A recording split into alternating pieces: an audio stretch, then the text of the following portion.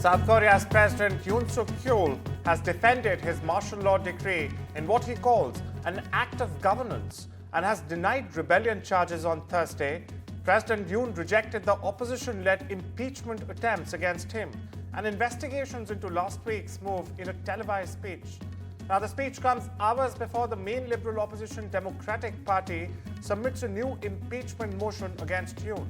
The opposition party plans to put the motion on a floor vote Saturday, the 14th of December. Meanwhile, South Korean parliament has passed the bill on special counsel probe into its president's rebellion charge. 하루가 멀다 하고 다수의 힘으로 입법 폭고를 일삼고 오로지 방탄에만 혈안되어 있는 거대 야당의 의회 독재에 맞서 대한민국의 자유민주주의와 헌정 질서를 지키려 했던 것입니다. 그 길밖에 없다고 판단해서 내린 대통령의 헌법적 결단이자 통치 행위가 어떻게 내란이 될 수 있습니까? 대통령의 비상계엄 선포권 행사는 사명권 행사, 외교권 행사와 같은 사법심사의 대상이 되지 않는 통치 행위입니다. A Bangladesh court has rejected the bail plea of Hindu priest Chinmoy Krishna Das on Wednesday. Now, Das has been arrested and jailed by the local authorities on charges of sedition. Local media reported that Chittagong Metropolitan Sessions Judge Mohammad Saiful Islam, who's on vacation, passed the order on Wednesday, citing that the plea was rejected because Das did not have a lawyer's letter of attorney on his behalf. The petition, which will be heard on the 2nd of January next year now, states that Das, a monk who is suffering from various diseases including diabetes and respiratory problems, has been arrested in a false and fabricated case. Foreign powers are racing to shape post-war Syria as various factions seek to fill the power vacuum left by Bashar al-Assad's overthrow. US Secretary of State Antony Blinken is in Jordan and Turkey this week to push Washington's vision for a quote-unquote inclusive Syrian-led transition. Meanwhile, Turkey has moved to weaken Kurdish forces and expand its own influence in the country. Israel has carried out nearly 500 airstrikes on Syria in the last 2 days and has made ground incursions as well. This has prompted criticism from France. Meanwhile, Germany has said it would provide millions in humanitarian aid. According to reports, at least 4 people were injured late Wednesday night following a shooting attack in the West Bank. Paramedics said one of the casualties is in a serious condition. There has also been a rise in stabbing, shooting, and car ramming attacks against Israelis. US Secretary of State Antony Blinken has defended President Biden's decision to withdraw from Afghanistan. He appeared before the Republican-led House Foreign Affairs Committee, which has long pressed him about the deadly evacuation. Blinken has refused to take responsibility for the pre-exit decisions. He even urged that the Trump administration's actions weakened Biden's position, and intelligence assessments had predicted Kabul would remain under Afghan government control. His testimony followed a party line vote nearly 3 months ago, recommending that Blinken be held in contempt of Congress for refusing to appear earlier. India and the United Arab Emirates will carry out a comprehensive review of their strategic ties today.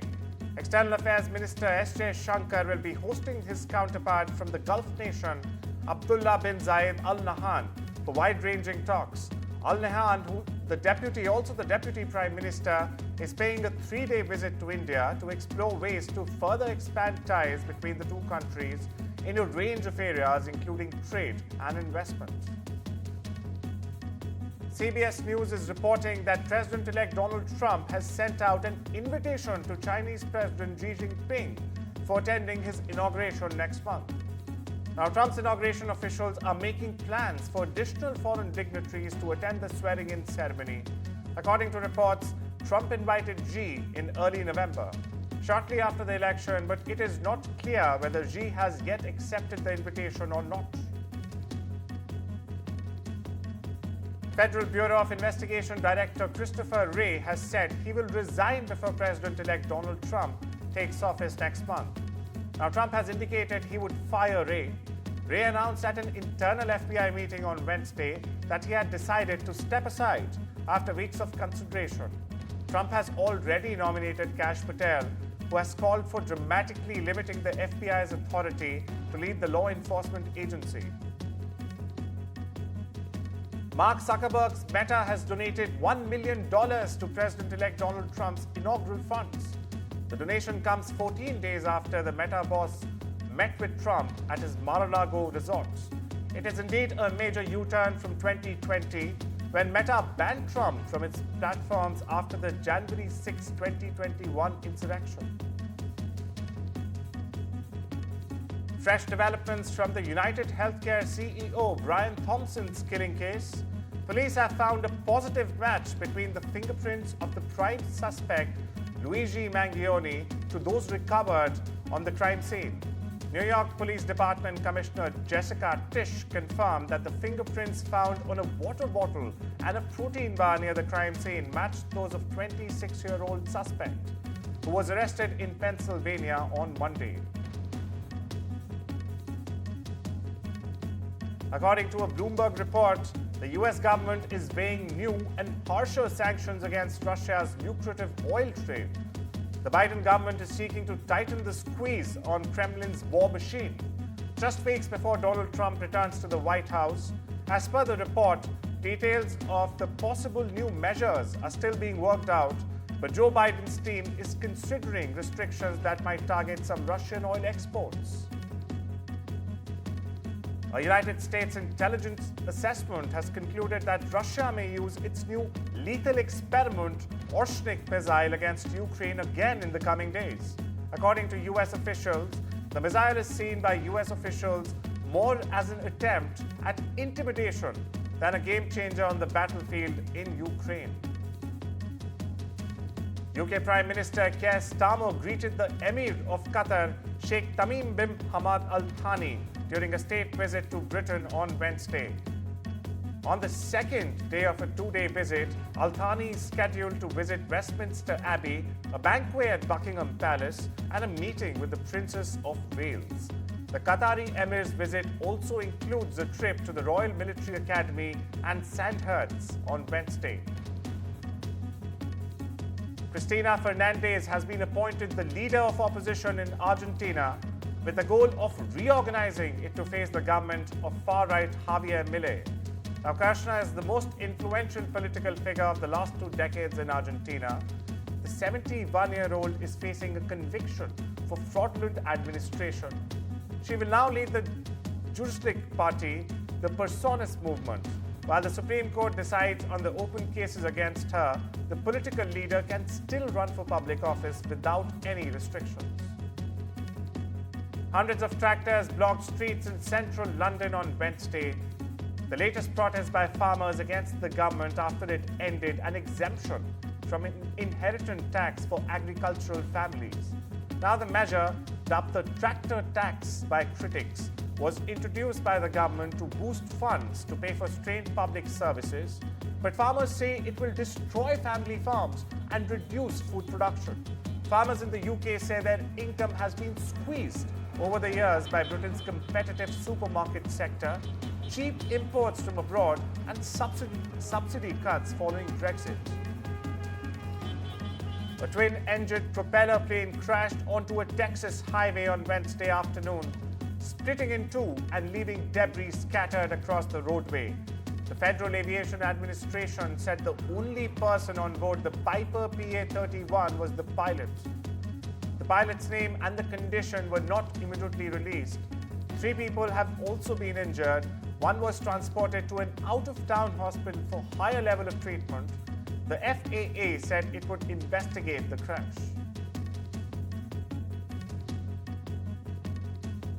Today, at approximately 3 p.m., officers responded to the area of the area that I just referenced an aircraft emergency.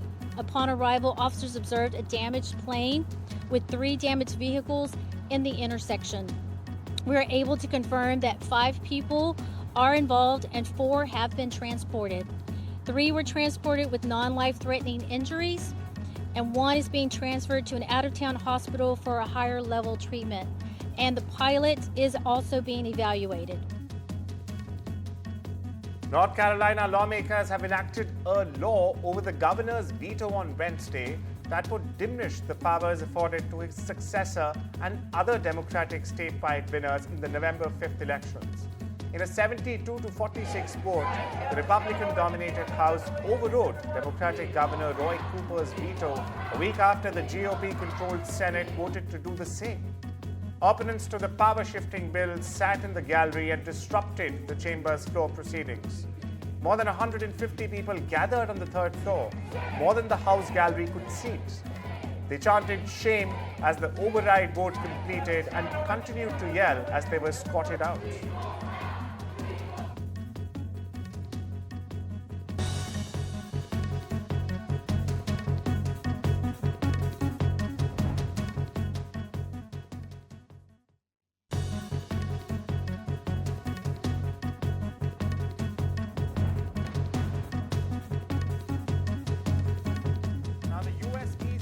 Is experiencing a whiplash-inducing stretch of winter weather that's due in part to an atmospheric river and developing bomb cyclone. The storm is bringing heavy rain and fierce winds to many areas until Wednesday night, and flooding is possible in some places. Utilities gear up for potential power outages from damage caused by winds that may exceed 60 miles per hour in certain areas. Various cities in northeastern China are being hit with heavy snow as a round of cold waves hits large parts of the country. Meanwhile, in Inner Mongolia, snow that started on Monday left major roads covered in white and forced multiple expressways to shut down. Heavy snow started in Hai-He city on Monday, disrupting traffic. Expressways were shut down, passenger travel via highways or railroads was suspended, and flights were cancelled. The Nasdaq reached the 20,000-point mark for the first time on Wednesday as a rally in technology stocks showed no signs of slowing down.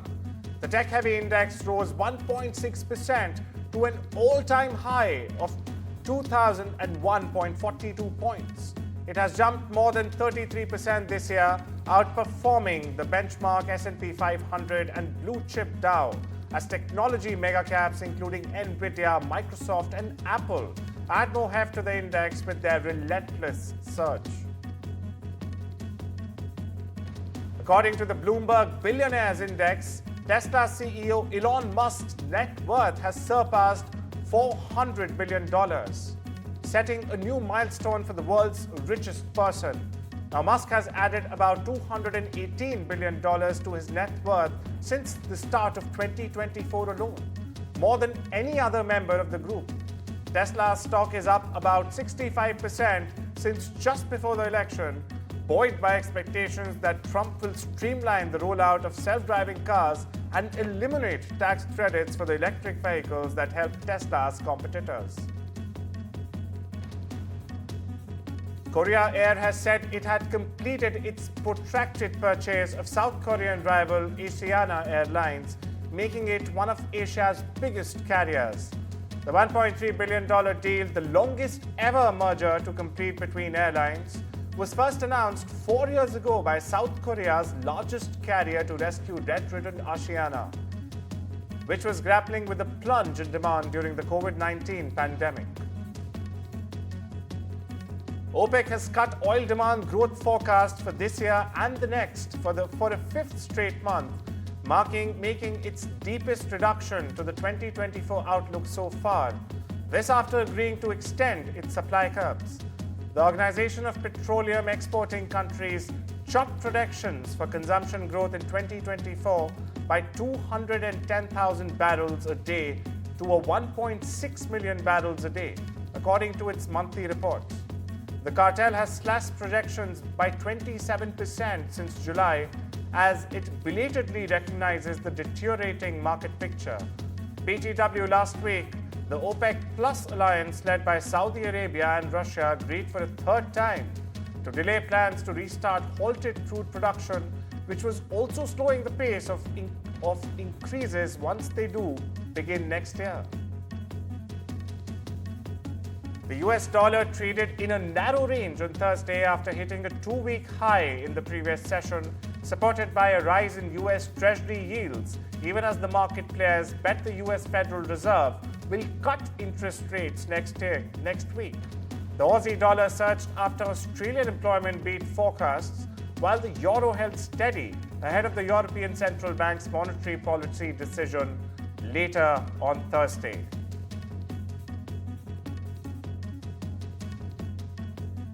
The US Justice Department has asked an appeals court to reject an emergency bid by TikTok to temporarily block a lawsuit that would require its Chinese parent company ByteDance to divest the short video app by the 19th of January or face a ban. Now, TikTok and ByteDance on Monday filed the emergency motion with the US Courts of Appeals for the District of Columbia, pending a review by the US Supreme Court. According to Bloomberg News, NVIDIA has added hundreds of staff in China this year to enhance its research capabilities and focus on new autonomous driving technologies. The report said that NVIDIA has added about 200 people in Beijing to beef up a team of researchers working on self-driving vehicles. China has made steady progress in modernizing its agricultural sector and rural areas. According to official data, China ramped up grain production, poverty alleviation, and rural revitalization. China's grain output has remained stable above the 650 billion kilograms for 9 consecutive years now. It is expected that China will surpass 700 billion kilograms for the first time this year. India trained at the Gabba in Brisbane, the venue of the third Test match against Australia of the Border Gavaskar Trophy series on Thursday. With the series tied at 1-1 currently, the visitors would be hoping to regain some magic of brilliant 3-wicket win at the Gabba from the 2021 tour. Indian wicketkeeper Rishabh Pant was the star of the victory, while India would need more contributions from their established stars like Rohit Sharma and Virat Kohli this time around. Kohli is averaging 10 runs in the first innings of Tests in 2024, while Sharma is at 8.66. Blue Ivy was joined by her parents Beyonce and Jay-Z at the premiere of Mufasa, the Lion King in Los Angeles. Blue Ivy is the voice of Kiara as she marks her first feature-length film role. Kiara is the daughter of Simba and Nala, with Nala being voiced by Blue Ivy's real-life mom, Beyonce. The movie is set to release on the 20th of December. British designer John Galliano is leaving the Maison Margiela fashion house after 10 years as artistic director. The Paris-based brand owner said. No successor has been announced. Galliano made his runway debut with Maison Margiela in January 2015 with a small couture collection to a carefully selected audience of about 100 in London. It was the start of a comeback for the flamboyant designer who was dismissed from Christian Dior after he was caught on video making an anti-Semitic comment. Givenchy hired Galliano as a young head designer in 1995 before Christian Dior brought him on as a creative director the next year. For 15 years, his star rose with theatrical runway shows. Aaron Pierre, Kelvin Harrison Jr. and director Barry Jenkins, along with other Mufasa, the Lion King cast members, attended a photo call next to London's Tower Bridge on Wednesday. A choir performed Milele, an upcoming song from the photorealistic animated musical film, written by Lin-Manuel Miranda. The soundtrack will be released this Friday, the 13th of December. Netflix hosted the world premiere of the Squid Game Season 2 with a pink carpet event at the Dog Bendum Design Plaza in Seoul on Monday. The director Hwang Dong-hyuk walked down the long stairways with pink guards standing on each side and greeted media. Now, cast members include Lee Jung-jae, Lee Byung-hung, Yim Si-won, Kang Ha-nul and Wee Ha-jun also posed at the photo call.